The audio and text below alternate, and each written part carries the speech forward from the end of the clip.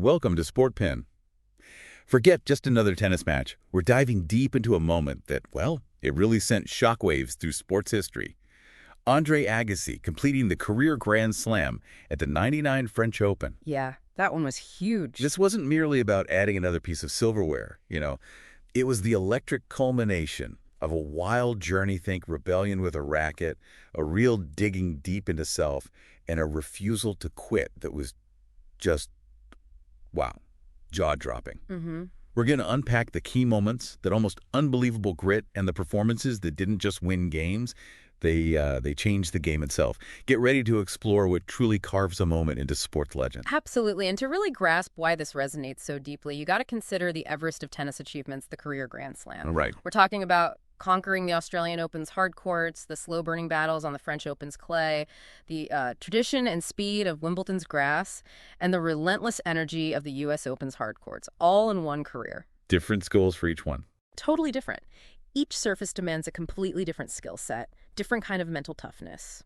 And in '99, Agassi became only the fifth man to plant his flag on all four summits. Okay, so let's picture this journey leading up to that year. It wasn't exactly a straight arrow to the top, was it? Not at all. Far from it. We saw this supernova of talent explode onto the scene. The whole image is everything thing, right? The hair. Oh, yeah, the hair. The outfit. Bold outfits. But beneath that, there was a real push and pull. A struggle to find his footing, maybe even his passion for the sport itself. You almost chuckle, remembering Ivan Lendl's famously dry early take, a haircut and a forehand. Huh. Yeah, that quote kind of summed it up then, didn't it? It really highlights the raw potential that maybe wasn't always harnessed, And then, incredibly, he actually tumbled down the rankings to number 141. Yeah, 141. It's kind of staggering when you think about where he'd been. That's a dizzying drop. It is. That free fall in the rankings was like hitting rock bottom. It forced a fundamental rethink. He'd tasted success early, but then faced the stark reality of losing his way. Completely lost. That period of rebuilding, that climb back from the depths, is absolutely crucial to understanding the sheer force of will behind that '99 French Open victory. It wasn't just another trophy. It was the tangible result of a ferocious resurgence. And the backdrop of that '99 French Open itself was just thick with pressure. He'd been in the final twice before at Roland Garros. Lost both times. Right. Failed to seal the deal. And there was this palpable sense that this could be it. The last shot, maybe, to complete the career Grand Slam. You could feel the weight of that history, the expectation hanging in the Paris air. Oh, for sure. It wasn't just another tournament. Yeah. It was this monumental hurdle he had to clear. Precisely. And Roland Garros, with its demands for patience, relentless ground strokes, mental fortitude over those long, grinding rallies, it had always been his nemesis, in a way. Yeah. Knowing this could be his final opportunity to etch his name in that particular slice of history, that undoubtedly amplified the psychological stakes. Big time. So let's step onto that court for the final against Andre Medvedev. The tension must have been practically visible. Oh, absolutely. And the story from the night before, you almost wouldn't believe it if it wasn't true. Agassi, wrestling with his incredible anxiety, reportedly downed an entire bottle of vodka in his hotel room. Yeah, that story is wild. I mean, you have to imagine his coach, Brad Gilbert, walking in on that scene. Just astonishment. It paints such a vivid picture, doesn't it, of the immense pressure cooker these elite athletes inhabit. Here he was on the very edge of achieving something so monumental, and that level of anxiety just boiled over. Right. That anecdote, as startling as it is, really shines a light on the unseen mental battles these competitors face at the highest level. And then the match begins, and it's not exactly the heroic start you'd script, right? No, not even close. Medvedev comes out absolutely on fire, just steamrolling through the first two sets, 6-1, 6-2. Crushing him. Agassi himself admitted he felt like he was completely blowing it. And, get this, he even had this incredibly frustrating thought that Medvedev was executing their own planned tactics perfectly. Oof. Yeah. Can you even imagine the mental sting of that? No. It underscores just how quickly the narrative can flip in high-stakes sport. Medvedev was playing with that intoxicating blend of confidence and precision. He was locked in. And Agassi seemed completely out of sync, couldn't find any kind of rhythm. That feeling of your opponent using your own playbook against you must have been a real gut punch. The total gut punch. But then, out of nowhere, the skies open up. Yep, rain. After just one game in the second set, the rain comes down. A 20-minute rain delay. Mm-hmm. And this unexpected pause, as it turned out, was like hitting the reset button. A complete turning point. It really was. Yeah. That unexpected interruption provided a crucial moment for Agassi to collect himself, both mentally and strategically. Sometimes those unforeseen breaks in momentum can completely alter the trajectory of a match, offering a lifeline to a player who's struggling. And it was during this soaking interlude that Brad Gilbert, in his famously direct, no-nonsense style, Classic Gilbert. delivered some incredibly concise but laser-focused advice.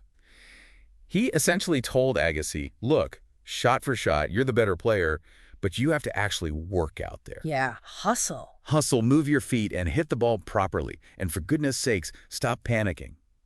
Simple, brutal, but clearly exactly what Agassi needed to hear. Gilbert's coaching in that moment was pure gold. He cut through all the emotional clutter and brought Agassi back to the absolute essentials. Just the basics. Right.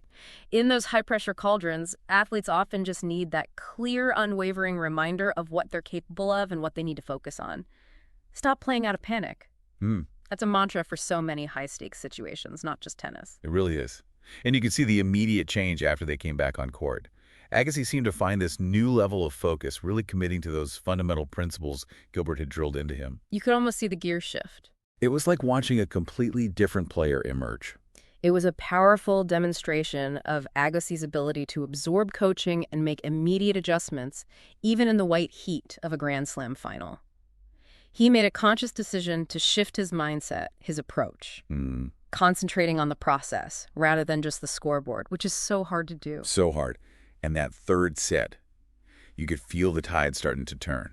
Agassi finally started to put some real pressure on Medvedev's serve. Started making inroads. He snared that break for 4-2 with his blistering forehand down the line, but then, agonizingly, gave the break right back in the very next game. Yeah, felt like another punch to the gut right there. It did, but he just refused to buckle. At 4-4, he held serve after a shaky double fault. Held his nerve. And then, in a moment of pure brilliance, he broke Medvedev at love with this delicate backhand drop shot to finally clinch the set. Beautiful shot. You could almost hear the collective gasp of the crowd. That third set was a real psychological tug-of-war. Even after that immediate setback of losing the break, Agassi showed incredible mental resilience to dig back in and regain control. He really did. That backhand drop shot at love was a statement, a clear signal that the momentum had decisively shifted. And from that point on, he just seemed unstoppable. He rode that wave of momentum through the fourth and fifth sets, ultimately taking them 6-3, 6-4, to seal this incredible historic comeback. Just kept rolling. You have to imagine that as the match stretched on, Agassi's renowned physical conditioning became a real weapon. Absolutely. As the intensity and duration of the match increased, Agassi's superior fitness likely became a critical factor. He was able to maintain that high level of focus and execution. While Medvedev maybe started to fade. Yeah, while Medvedev, who had started with such explosive energy, may have begun to experience both physical and, mental fatigue. And this victory, this improbable comeback from 2 sets down, really forces you to think about what it truly means to be great, doesn't it? It really does. It's so much more than just the final score. Agassi's capacity to completely reset after such a disastrous start speaks volumes about his mental fortitude. Oh, completely. It's about that unwavering ability to stay calm under fire, to maintain your focus when everything's going wrong, and to have the discipline to go back to those core fundamentals. The sheer power of that mindset is undeniable. Exactly. His ability to not be overwhelmed by that early adversity, to refocus on what was within his control, his efforts, his movement, his shot selection, really underscores the pivotal role of mental strength in achieving peak athletic performance. Yeah. It's about viewing those challenges not as insurmountable barriers, but as opportunities to demonstrate resilience and mental toughness. And we can't overlook the impact of coaching in all of this.